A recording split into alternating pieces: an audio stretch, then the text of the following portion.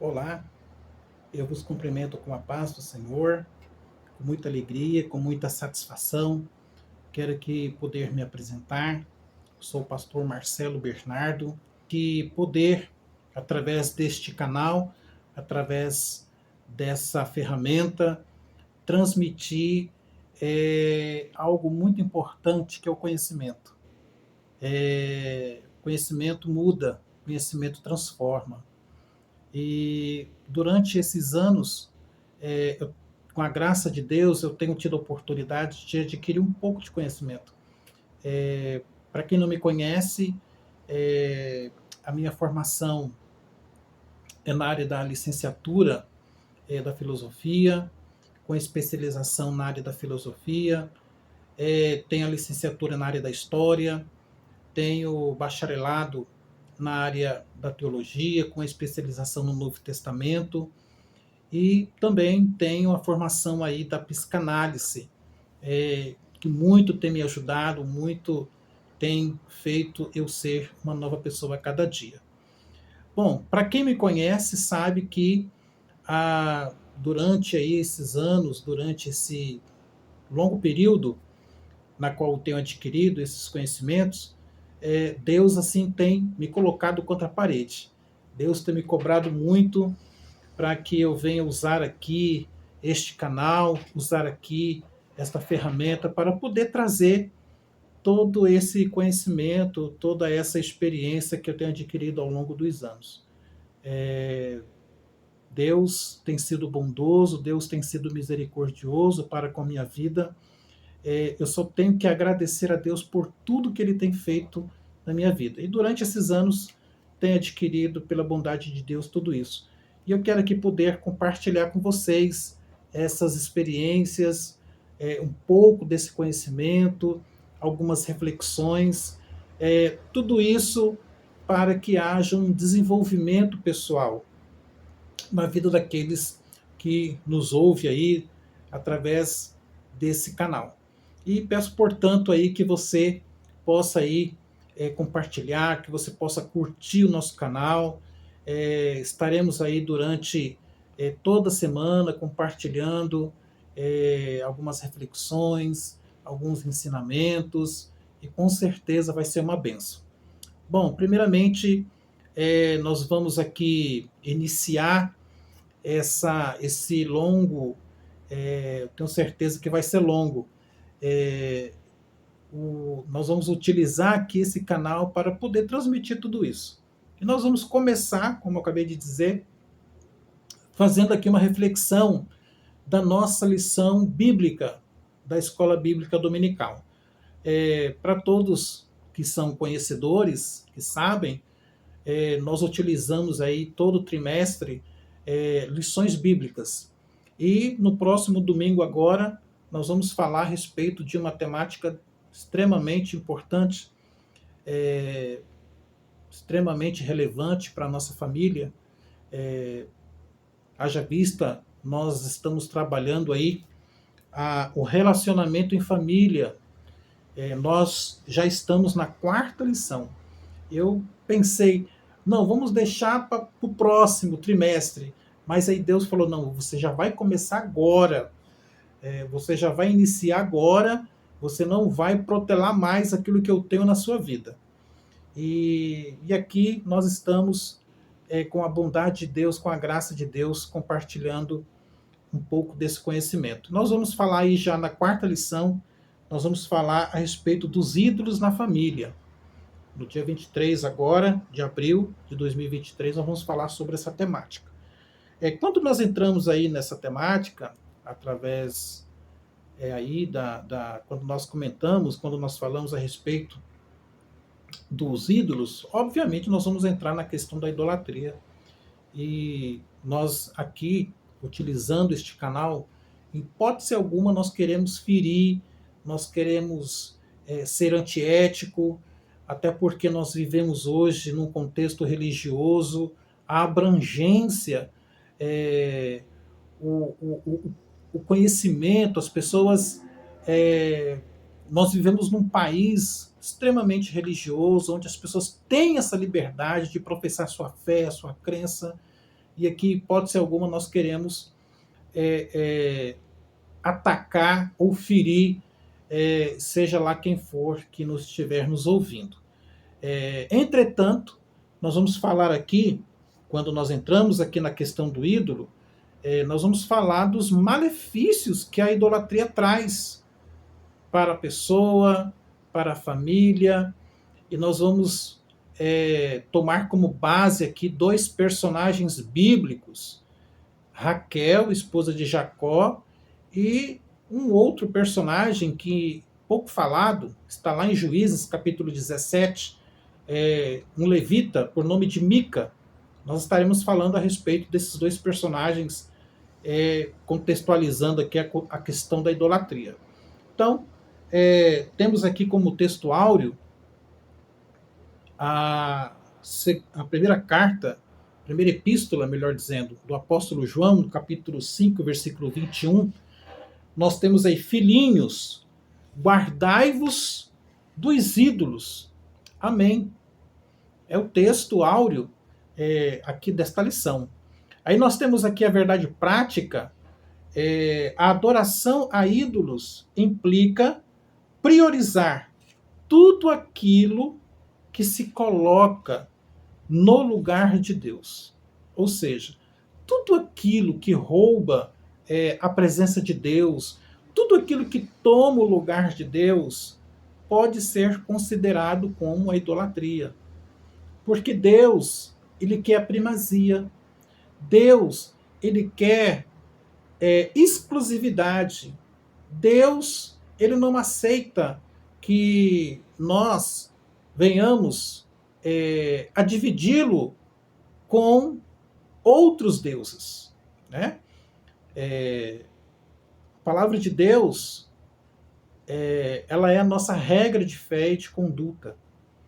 E como cristãos protestantes que nós somos, nós temos aí, dentro desse bojo, dentro desse contexto, algumas doutrinas, alguns ensinamentos que nós estaremos compartilhando com todos vocês.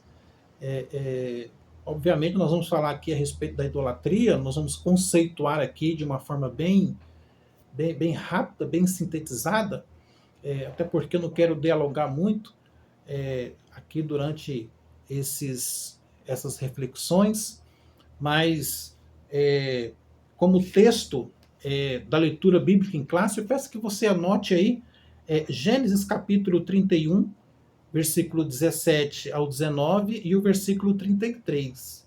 Este é a leitura bíblica em classe. E também Juízes capítulo 17, os versículos 1 e 3 e também o versículo 4 e 5. Primeiro nós vamos falar a respeito de Raquel, esposa de Jacó. Para quem sabe, para quem lê a Bíblia periodicamente, ou para aquele que não conhece, não sabe, Jacó é o filho de Isaac. Ele, por conta de uma situação que ele mesmo provocou, ele teve que sair fugido da casa dos seus pais. E a orientação que ele teve foi ir para a casa do seu tio Labão. E ali ele começou a trabalhar, começou a desenvolver a sua vida, começou a adquirir os seus bens, e ele se apaixona, ele começa a gostar de Raquel, filha de Labão. E aí Jacó, o pai de Raquel, obriga Jacó a trabalhar por um período de tempo aí para que ele possa casar com ela. E Jacó, ele se esforça, ele vai para cima e ele conquista ali aquele objetivo, aquele sonho de poder casar com Raquel. Mas ali o seu tio engana. Em vez de dar a filha que Jacó queria, ele dá a outra filha. E aí Jacó ficou ali decepcionado com seu tio. E ali, diante daquela conversa, diante daquela situação, Jacó trabalha mais 7 anos para poder ali realizar o seu sonho casando com Raquel.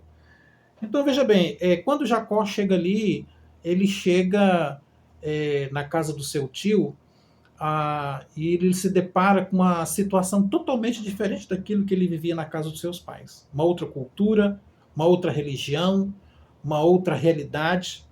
E isso, querendo ou não, acaba trazendo alguns prejuízos. É necessário que a pessoa tenha foco, é necessário que a pessoa tenha objetivos, para que ele não venha se embaraçar diante da realidade que às vezes a pessoa convive. Ali Jacó estava vivendo diante daquele contexto, mas ele tinha um foco, ele tinha um objetivo. Ele não permitiu ser influenciado pela cultura, pela religião, pelos deuses. E veja bem, é importante que nós pratiquemos isso, é importante que nós tenhamos isso como foco, como visão. Aonde Deus te colocar, você precisa ter isso. Você precisa ter foco, você precisa ter disciplina, você precisa ter visão, você precisa acreditar em você, você precisa acreditar nos seus sonhos, nos seus projetos. É interessante aqui que eu fico analisando, estudando aqui a vida de Jacó. Jacó, Deus prosperou a vida de Jacó. E o que me chama a atenção aqui nessa prosperidade na vida de Jacó é que quando ele sai da casa de seus pais e vai para a casa de Labão, lá no capítulo 28 ele faz um voto com Deus. E quando ele faz esse voto com Deus, Deus honrou a vida de Jacó. E quando ele chega ali na casa do seu sogro, na casa do seu tio, Deus abençoa, Deus prospera a vida de Jacó. E o seu sogro, Labão, os filhos de Labão, se sentem prejudicados pelo fato de Deus estar abençoando a vida de Jacó. E isso incomodou tanto Jacó, incomodou tanto a sua vida, que ele decidiu voltar para a casa dos seus pais. E ele fez isso secretamente, sem ninguém saber. Ele pega as suas esposas, ele pega seus filhos, pega os seus servos, pega ali tudo aquilo que ele conquistou e sai. E ali o seu sogro ficou inquieto com isso e foi atrás dele, e houve ali uma situação dentro ali daquela família que acontece. Mas o que está em voga aqui, o que está aqui, o contexto aqui dessa história, o problema aqui é justamente a questão de Raquel. Pelo fato de Labão ser um pagão, pelo fato dele acreditar em outros deuses, não acreditar no Deus dos pais de Jacó, Isaac, Abraão, Raquel tinha ciência disso, do Deus de Jacó. Quando ele sai, Raquel vai lá e furta os deuses de seu pai. Esses deuses tinham por nome Terapins. Era um deus, era uma imagem venerada e adorada, era tido como um amuleto. E esse amuleto era justamente a proteção da família, a proteção pessoal. Nessas culturas, eles acreditavam, era uma herança, os filhos acreditavam nisso como uma herança. Ela e sua irmã Leia se sentiram lesadas pelo fato do pai não compartilhar ali a herança, e ela vai lá e rouba os deuses de seu pai. Na verdade, Raquel acreditava que aqueles pequenos amuletos, aqueles pequenos ídolos, era uma garantia de que um dia ela e sua irmã receberiam uma herança que seu pai havia se apossado. Então, ela cometeu esse pecado. Ela cometeu essa fraqueza, sabendo que Jacó professava um Deus totalmente diferente de que os seus pais professavam. Mas ela faz isso não pelo fato dela querer adorar aquele ídolo, aquela imagem. Ela fez isso justamente pela questão da insegurança que ela tinha com relação à herança. E olha, eu penso o seguinte: é necessário que dentro de um contexto familiar, o que é importante? O diálogo é importante, compartilhar as ideias é importante, compartilhar a compreensão é importante. Tudo que é feito no oculto, tudo que é feito nas escondidas, uma hora o problema estoura. Uma hora a situação acontece e o prejuízo é muito grande. Então, dentro de uma família, entre esposa e esposa, entre os filhos, tem que haver uma harmonia, tem que haver um diálogo, tem que haver uma compreensão, tem que haver ali uma parceria entre os membros da família. Lamentavelmente, essa situação levou ao caos. Lá na frente, no capítulo 35, nós vamos ver que Jacó ele exige que seja reparado todas essas situações. Porque não tem como servir a dois deuses. Né? Não tem como. Eu sei que não é fácil, eu sei que não a situação, muitas das vezes, dentro de lares, há pessoas que são católicas, são espíritas, são evangélicas, tem esposas que são cristãs e o esposo não é, e essa situação não é fácil conviver com isso. Mas eu creio que a oração feita pelo um justo, a oração feita pela uma pessoa temente a Deus, o milagre pode acontecer. Raquel, ela mentindo, ela enganando, ela, pela insegurança, ela comete um deslize diante de Deus. E não existe nada melhor do que a sinceridade. Não existe nada melhor do que a transparência dentro de um lar, dentro de uma família, sobretudo aqui entre marido e mulher. É necessário que haja essa transparência, é necessário que haja, se tem alguma coisa que a pessoa quer fazer, compartilhe, converse, não faça nada em oculto, porque isso pode acarretar muitos prejuízos. Por nome de Mica. A Bíblia fala muito pouco a respeito desse homem. Lamentavelmente, a situação aqui nesse contexto, nós vemos que Israel estava em declínio espiritual. O livro de Juízes vai relatar isso. O livro de Juízes vai relatar líderes, juízes fracos na fé, vacilantes na fé. Vai falar dos líderes que não tinham firmeza espiritual. O livro de Juízes em si é um livro extremamente triste. Viviam, né? Eles viviam conforme aquilo que parecia aos seus olhos bom fazer, eles faziam. Porque não tinha um guia, não tinha um orientador para dar um norte para as pessoas.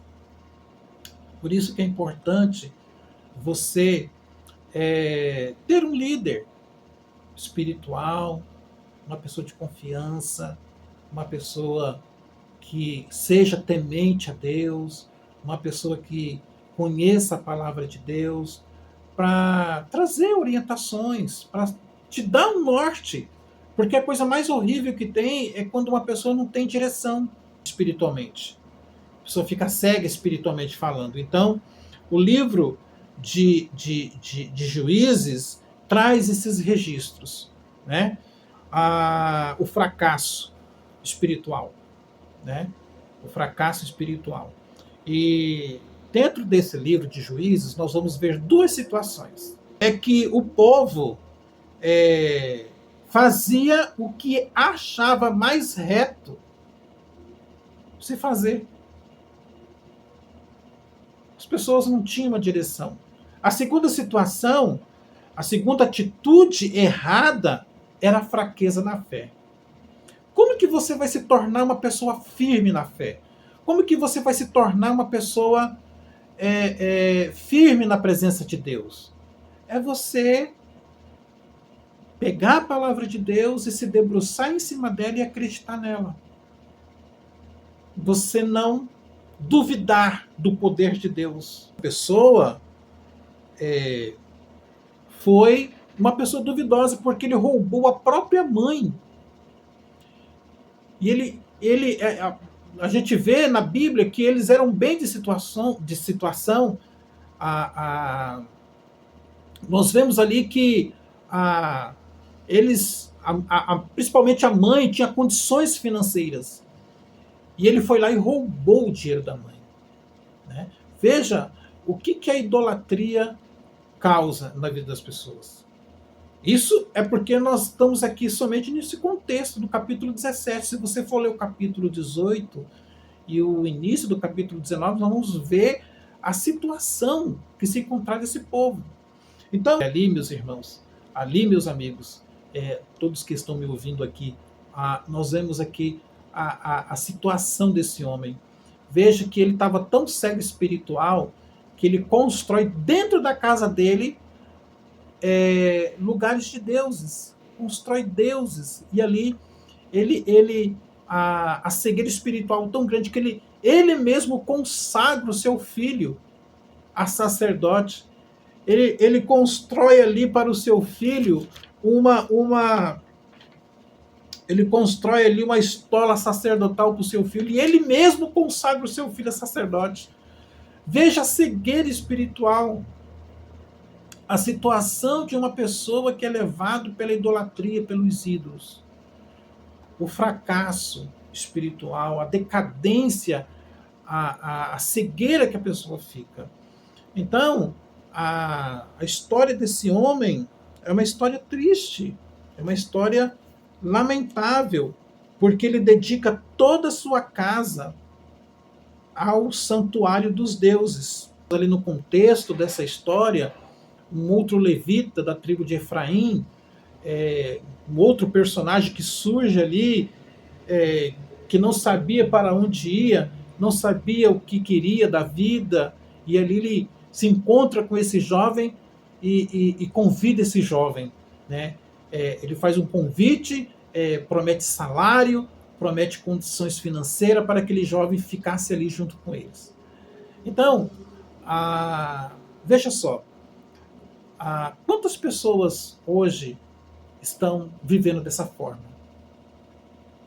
É necessário direção. E só quem pode dar direção é o verdadeiro Deus. Só quem pode dar condições, nortear nossa vida é o verdadeiro Deus. E aqui, finalizando aqui, nós temos já aqui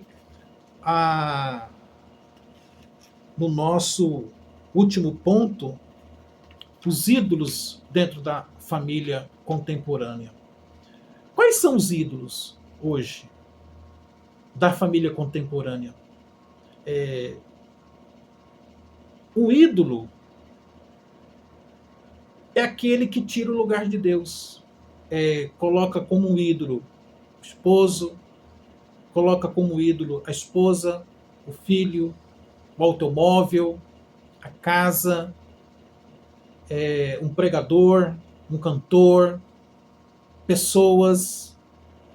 Então veja que a nossa sociedade hoje, o nosso contexto, não só religioso, está caminhando aos mesmos passos que esses personagens caminhavam.